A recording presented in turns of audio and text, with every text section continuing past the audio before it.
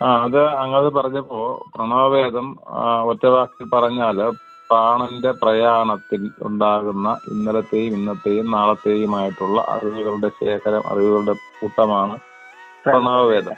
പ്രണവവേദം അത് അതായത് പ്രാണത്തെന്ന് പറയുമ്പോ അത് പ്രകൃതിയുടേതും കൂടെ പറയേണ്ടി വരുമല്ലോ. തീർച്ചയായിട്ടും മാനവരാശിക്ക് അഭിമാനത്തോടെ ചേർത്ത് വെക്കാൻ പറ്റുന്ന, മാറ്റമില്ലാതെ ഉറപ്പിച്ച് പറയാൻ പറ്റുന്ന ഏതറിവും പ്രണവവേദത്തിൽ പെടുത്താം.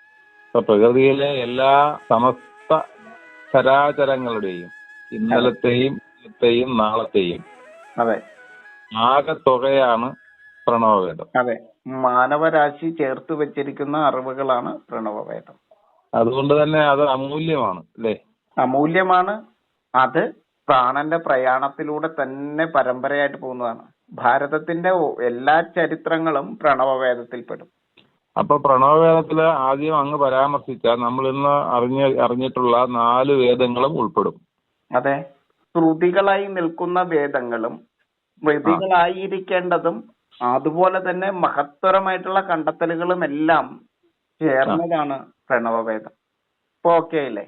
അത് മനസ്സിലായി. പക്ഷെ പ്രണവവേദത്തിന്റെ ഏറ്റവും കാതലായ ഒരു ഭാഗം ഉണ്ടാവുമല്ലോ, ഏത് കാര്യത്തിനും ഒരു കാതൽ ഉണ്ടാവുമല്ലോ. അതെ, അത് അതിനകത്ത് ഏറ്റവും പ്രാധാന്യം കാതൽ, പ്രണവവേദത്തിന്റെ കാതൽ വേദം തന്നെയാണ്. 4 വേദങ്ങൾ തന്നെയാണ് കാതൽ.